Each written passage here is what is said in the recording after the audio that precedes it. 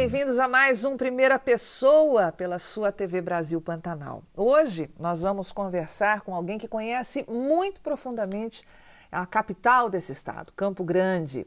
Nós vamos falar com um arquiteto que escolheu morar aqui.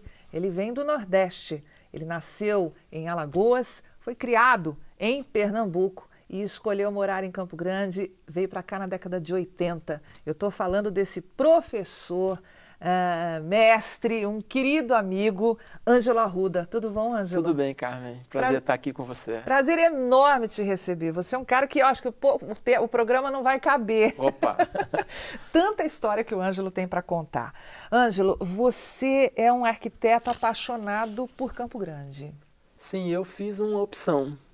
Quando eu me mudei para cá, Carmen, veja só, a minha trajetória de vida, nasci em Penedo, uma cidade do século XVI, morei em Recife, adorava Olinda, uma cidade do século XVII, morei em Caruaru, uma cidade do século XVIII, portanto, tem uma cronologia de histórias, né, de arquitetura na minha vida. Então, quando eu vim para Campo Grande, eu comecei a perceber esses detalhes que a cidade tinha. Nós não tínhamos curso de arquitetura, a gente tinha pouca divulgação desse debate aqui, né?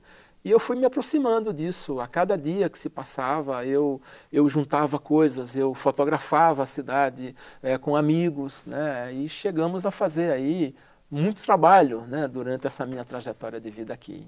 Você estava comentando, antes da gente começar esse bate-papo, que Campo Grande tem 2 datas de nascimento. Sim, porque o José Antônio Pereira, com a sua família, ele chegou em Campo Grande em junho de 1872. Portanto, existe um grupo de historiadores que consideram que essa é a data da fundação da cidade. Ele chega, se estabelece ali nas margens do córrego Prosa com o Segredo, na altura do Horto Florestal, monta um rancho de palha, se instala, volta para a sua cidade natal para trazer mais gente. Bom, 100 anos depois, em 1972, o prefeito Antônio Mendes Canale celebrou em junho de 72 o centenário de Campo Grande. Então vamos guardar essa data. 1872. Bom, a outra data diz respeito ao 26 de agosto de 1899, que é a data da emancipação política, ou seja, Campo Grande era uma cidade vinculada, era um distrito de paz vinculado a Niuaque. Quando teve o desmembramento e a emancipação política, que ela virou município, é 26 de agosto de 1899. Portanto, 100 anos depois, o prefeito André Putinelli, né, celebrou outro centenário. Então a gente tem na história de Campo Grande 2 festas de centenário. Eu acho que é a única cidade do Brasil que tem isso. É bom, né? Festa sempre é bom. Festa sempre bom. Como é que você define, Ângelo? Você é um conhecedor, um apaixonado, sempre... daqui a pouquinho a gente vai tratar disso, da luta do Ângelo como arquiteto para que essa capital tenha, né, a sua identidade cultural cada vez mais valorizada, reconhecida pela população que mora aqui e quem vem de fora. Como é que se classifica a arquitetura de Campo Grande? Bom, a gente vai... Quando eu comecei a escrever em 1996 um trabalho chamado Arquitetura em Campo Grande, a busca de uma identidade, ela tinha esse fundamento. Quando a gente vai ler outros textos, por exemplo, a professora Maria da Glória Sarrosa, ela classifica a nossa sociedade como uma sociedade poliédrica. Por quê? Porque a gente bebe, né, de valores culturais de vários lugares do mundo. Então, assim, a primeira coisa que gera um bom debate, Carmen, é que a gente não precisa ter um lado, né? A gente tem vários lados. E quando você caminha para o Campo Grande, você percebe isso. Né?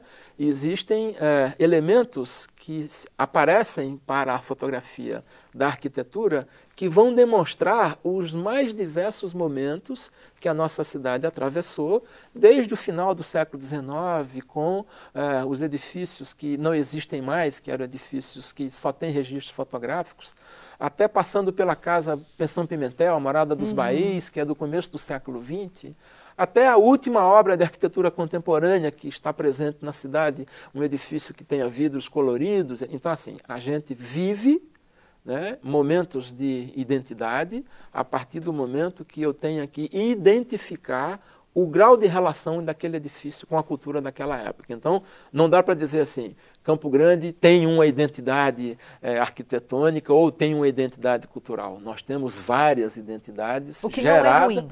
O que é ótimo. O que é ótimo, né? Porque você permite essa difusão, né? E não se limita a classificar, né, a atitude cultural como sendo única. Né? Não, nós somos um povo que... Não, aqui não tem isso. Aqui é poliédrico. Eu concordo plenamente com a professora Glorinha. Ângelo, a gente está passando por um processo de revitalização do centro da capital, do centro de Campo Grande, e você é um dos profissionais ligados aí à arquitetura que luta por isso desde 1982, né? Já há 30 anos tentando mostrar, falar, a gente precisa fazer. Está sendo feito da maneira como você acreditava e acredita que é no caminho certo? Carmen, eu vinha para cá para ser entrevistado por você e me lembrei de algo que eu não posso esquecer de falar aqui hoje. Em realidade, a pessoa que me influenciou a fazer esse trabalho se chama Marisa Machado, que num programa dela de televisão, lá nos anos 80, antes de começar a minha luta, ela já anunciava a necessidade que a gente tinha de fazermos essa preservação. Veja, Marisa, querida jornalista, né, colega. cerimonialista, colega. Vamos trazer a Marisa aqui, hein, né, Marisa? Importante, né? Então, assim, a partir daí, eu peguei uma máquina fotográfica e saí passeando com duas pessoas importantes.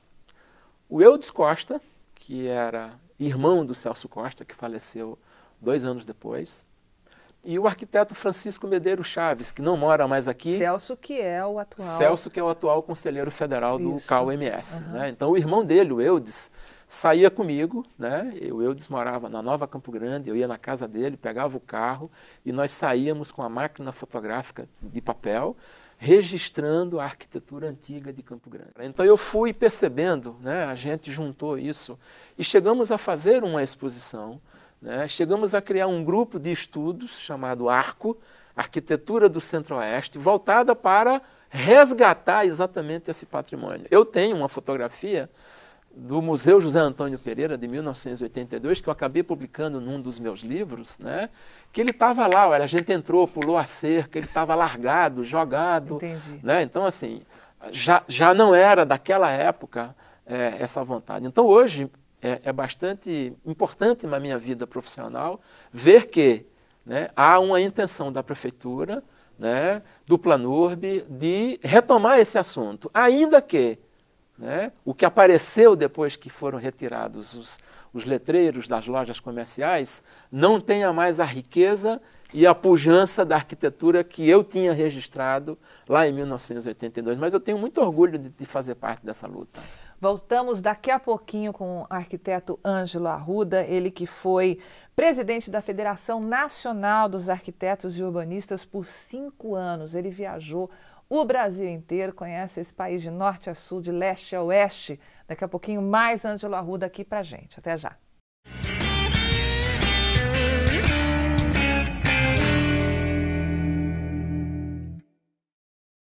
De volta, a primeira pessoa, hoje entrevistando o arquiteto e urbanista Ângelo Arruda. Ângelo, a gente estava falando no bloco anterior desse plano de revitalização do centro e eu aproveito para te perguntar, você foi presidente da Federação Nacional dos Arquitetos e Urbanistas durante 5 anos, de 2005 a 2010, teve a oportunidade de viajar o Brasil inteiro representando e conversando com profissionais das mais diversas escolas, bebendo das mais diversas fontes.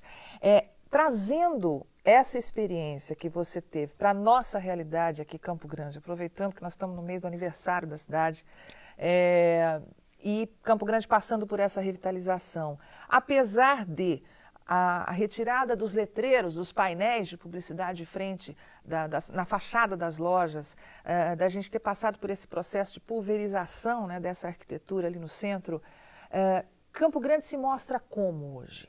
Para quem vem para cá pela primeira vez, o que a pessoa pode encontrar? Carmen, a sensação que eu tenho é que a cidade se mostra mais preocupada consigo mesmo. Ou seja, veja, nós vamos, daqui a pouquinho, 2 anos, Campo Grande atravessa a barreira dos 800 mil habitantes. O que faz com que... Que dá a sensação para a gente que já atravessou, né? Não, para quem anda na rua. É a sensação urbanística de que ela tem mais de 1 milhão, né? Verdade. Mas o censo chega e põe na nossa vista a quantidade exata de pessoas. Mas assim, a escala de 800 mil, quando eu cheguei aqui, essa cidade tinha 286. Né? A gente não tinha rádio educativa, a televisão eram 1 ou 2. Verdade. Então assim, o mundo mudou. E esse mundo, que é um mundo em que nós vivemos e a cidade de Campo Grande está dentro dele, e está merecendo, está carecendo um novo olhar sobre os seus espaços.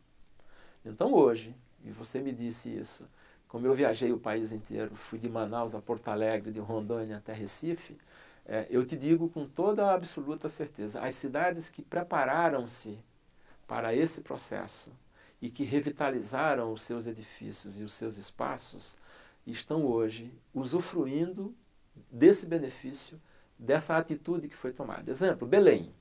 Né? Belém estava lá, uma cidade jogada, beira do rio, né? Distante dos grandes centros, mas culturalmente muito importante, fez um belo projeto de revitalização do porto e dos edifícios mais importantes. Né? Hoje, Belém tem mais visitantes turísticos do que Manaus.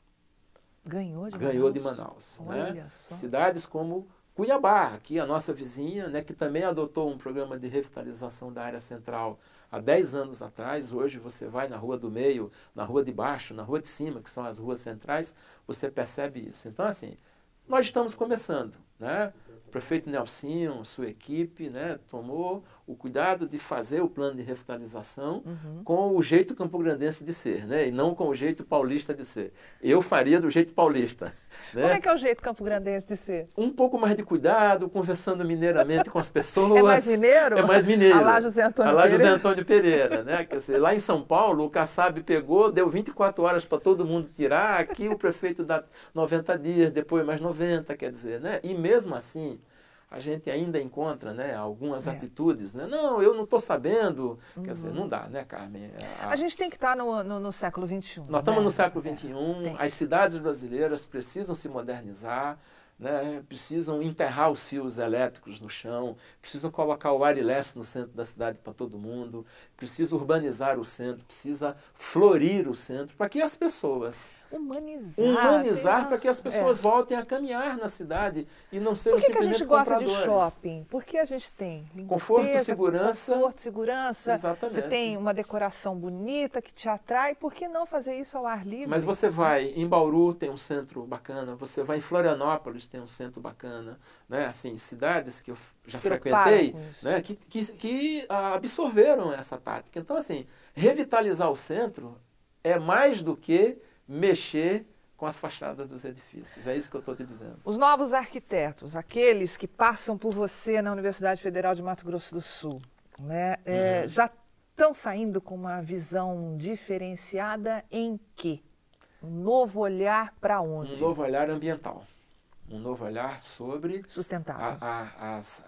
Administrar a arquitetura... Não se concebe mais, né, fazer um projeto sem essa preocupação de sustentabilidade ambiental. Em hipótese nenhuma, Carmen, em hipótese nenhuma. Né? A arquitetura mexe com componentes da natureza. Então você não pode, né, correr o risco de usar mal esses componentes e depois ser pego, né, pela legislação. Então, os meus alunos que se formam na universidade hoje... eles têm uma enorme preocupação com a qualidade do edifício face a essa discussão ambiental. Então, ter rampa ou não ter rampa é obrigatório. Não, né? Nem se questiona. Não se questiona. Antigamente fazia assim, professor, olha, eu fiz um projeto bonito aqui, eu coloquei até rampa, né? Como se fosse um plus do projeto. E não é. Hoje não. Hoje tem um promotor de justiça, tem o juiz, quer dizer, tem a sociedade que está em cima Além dessa disso. Pressão ou dessa obrigação da lei legal. Ali, né, legal, existe também aquele comprometimento, aquela coisa humana. Falar, não, deixa eu me preocupar com o outro, né, que vai usufruir desse espaço. E além disso, essa questão de voltar-se para a história. Eu estou achando muito bacana, tenho colegas arquitetos, né, que se formaram na universidade, trabalhando em Corumbá, trabalhando em Bela Vista, trabalhando em Aquidauana, que são cidades exemplares Verdade. e emblemáticas nesse quesito de preservação do patrimônio, né? E aí, quando eu vou nessas cidades e vejo uma placa de um ex-aluno, entendeu? Trabalhando aquele edifício sem precisar fazer esse debate de eu vou demolir porque o moderno chegou, né? Então, é uma satisfação muito grande que a gente tem, né? De ver nascer essa discussão. Claro, né, que são só 30 ou 40 num universo de 800 mil, né? Mas ainda tem a outra parte, que é a parte do poder público, da sociedade, do poder judiciário, do poder legislativo, que precisam fazer. Mas a gente está caminhando para frente, não está retrocedendo. Estamos. Quem é esse homem aí por trás do arquiteto Ângelo Arruda, né? Esse moço de 55 anos, casado há 30 anos, pai de 2 moços engenheiros, ambiental e... Sanitarista e ambiental. Sanitarista e ambiental. A gente vai saber um pouquinho mais dele, que toca violão, frequentou todos os bares da década de 80. Você que tem mais de 40 anos vai morrer de saudade. Daqui a pouquinho a gente volta conversando com o Ângelo Arruda. Até já.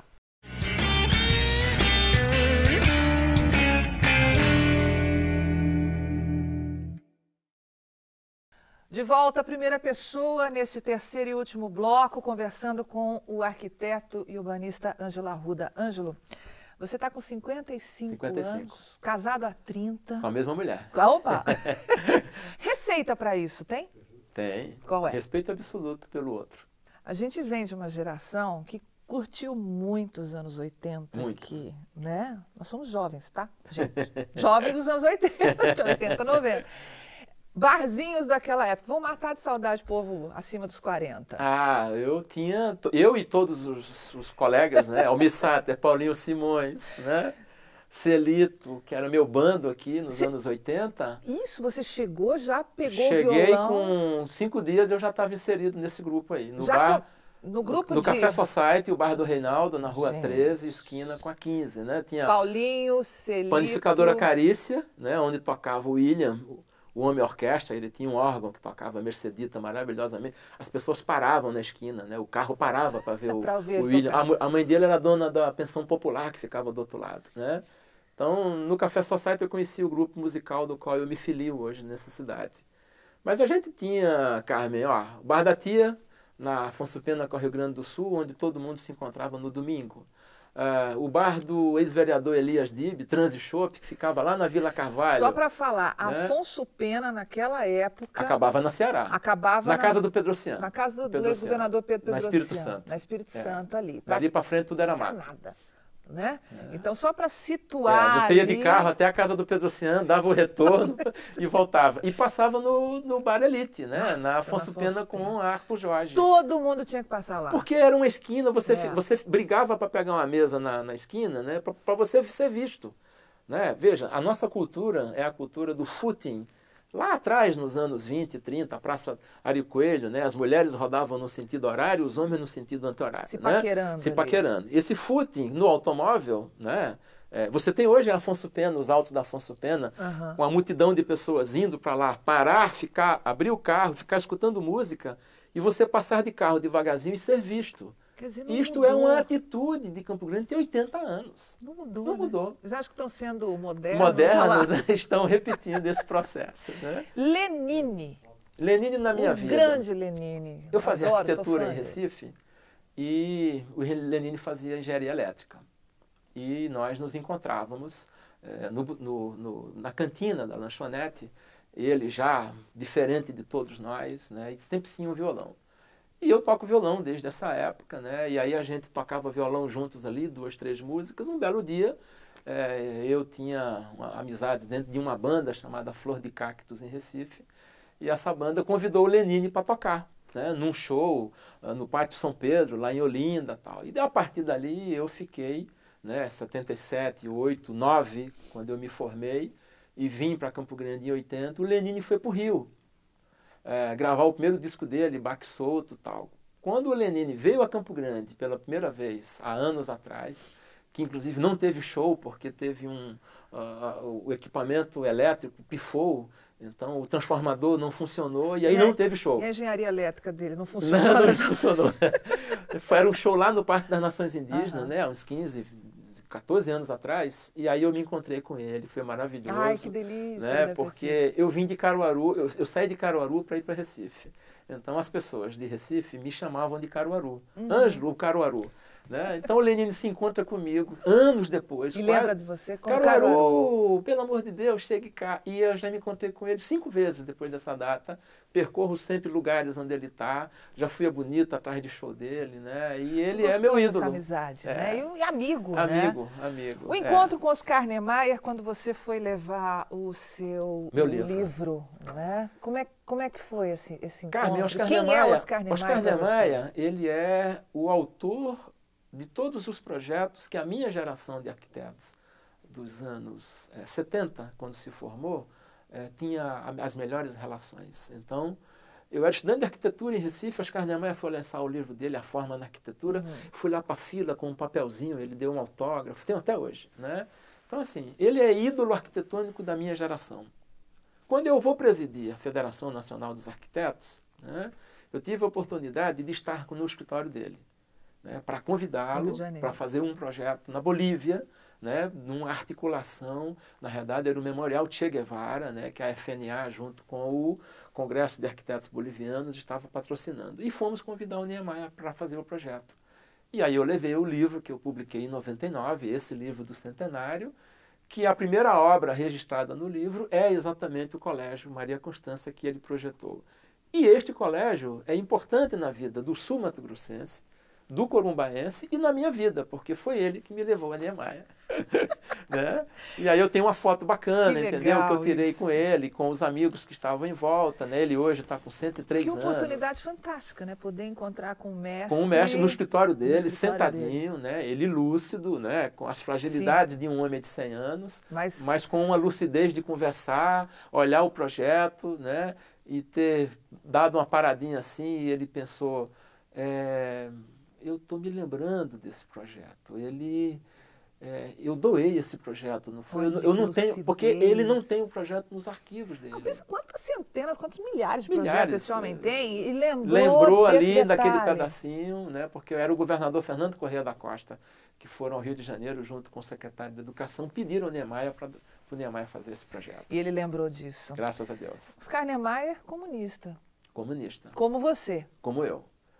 O que você traz hoje Eu militei no Partido Comunista em Recife, né, nos anos 70.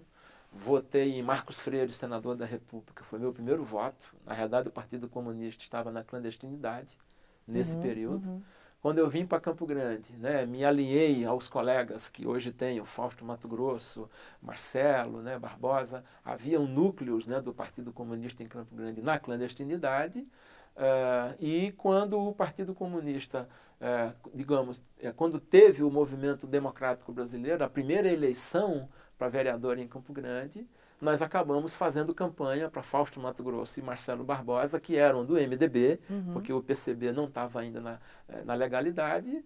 E tenho amigos até hoje, né? Como é que é? Porque hoje o comunismo soa retrógrado, empoeirado, não tem um papel. Carmen, nos anos 70... O que é hoje? Carmen, nos anos 70, um estudante de arquitetura que não fosse comunista, né, não era estudante de arquitetura. Né? Então, era um ET, né? Era um ET. Né? Então, assim, nós participávamos de um movimento de lideranças nacionais que pregavam a queda da ditadura e o renascimento do Brasil democrático. Então, essa continua sendo, né? Claro, a ditadura já se foi. Centro-esquerda. Mas o Brasil democrático, com um olho para o social, é o que eu penso hoje. Então, se eu vou passar um trabalho para um grupo de alunos, se o trabalho é num bairro mais central ou num bairro mais periférico, eu opto sempre pelo trabalho num bairro mais periférico. Porque são alunos de uma universidade pública, gratuita, que tem que olhar para uma sociedade que existe, que está aí, que é a maioria, né? Você veja, 75% do povo campograndense ganha até 3 salários mínimos. Você, como arquiteto, e por ter sido militante no Partido Comunista, eu te pergunto que muita gente deve estar perguntando ainda. A gente associa o comunista ao ateu. Não. Tem alguma coisa a ver com você? Não, eu sou espírita. O ateísmo? Não. Eu nunca tive essa discussão comigo. Né? Desde sempre? Desde sempre. A minha discussão, dentro do partido, tinha. né? Mas comigo nunca teve. E Deus é o arquiteto do universo mesmo? Claro, né? Se a gente faz as coisas, né? No sentido, a arquitetura no sentido aí, Carmen, de formar, né? E de produzir algo concreto, né? A Bíblia diz que Deus fez o mundo em 7 dias, fez várias coisas durante o primeiro dia e descansou o último, né? A gente não chega a fazer isso, mas tudo que a gente faz é sempre uma atitude, né? Que a gente tem que ter inspiração, em primeiro lugar, e tem que ter transpiração em segundo lugar. Quem é Ângelo Arruda na primeira pessoa? Como é que você se define? Eu sou um nordestino que se ajustou em Mato Grosso do Sul, que ama esse estado, que ama essa cidade. Tive 2 filhos aqui, estou casado com a mesma mulher há 30 anos, né? Adoro a cultura sul-mato-grossense e adoro hoje cultivar os amigos daqui e os de fora. E com isso eu acabei, né, me tornando uma pessoa mais feliz, Carmen. E hoje eu quero ainda realizar um sonho que eu tenho ele já cultivado há muito tempo, né, que era para ter acontecido ano passado e não aconteceu. Eu quero aprender a tocar violoncelo. Opa! Exatamente. Difícil, hein? Difícil, né? Estou atrás aí de um professor da Universidade Federal, né? E pretendo, esse ano, no ano que vem, começar a estudar. Já comprei o instrumento, né? Ele é o instrumento da sonoridade do meu sonho. Cada vez que eu tenho um bom sonho, o sonho tem a sonoridade do violoncelo. Né? A pergunta é, você sonha colorido? A maioria sonho, mas você eu sonha sonho com um som, com música. Com música. A maioria dos meus sonhos, né, tem aquele... Porque muita gente acha que o violoncelo tem uma sonoridade triste. Uhum. Né? Porque as músicas mais lindas que o violoncelo executadas repercute, pelo violoncelo, né, são músicas, né, pesadas, né, de féretros, né, mas tem outras muito alegres, né, que a gente pode passar. O seu violoncelo é alegre? O meu violoncelo é muito alegre. Ângelo Arruda, obrigada, querido. Carmen, adorei estar com você. Que prazer. Você tive a oportunidade que foi minha aluna de arquitetura do CESUP. Está aqui com você. Gente, nós estamos da época do CESUP. Nós estamos da época do CESUP. Entregamos a idade. Ângelo Arruda, querido, obrigada. Obrigado, parabéns para você pelo seu programa. Eu que agradeço. TV Brasil Pantanal. Ele só é bom porque tem gente assim como você. Muito obrigado. A gente se encontra num próximo Primeira Pessoa com mais um convidado muito especial. Até lá.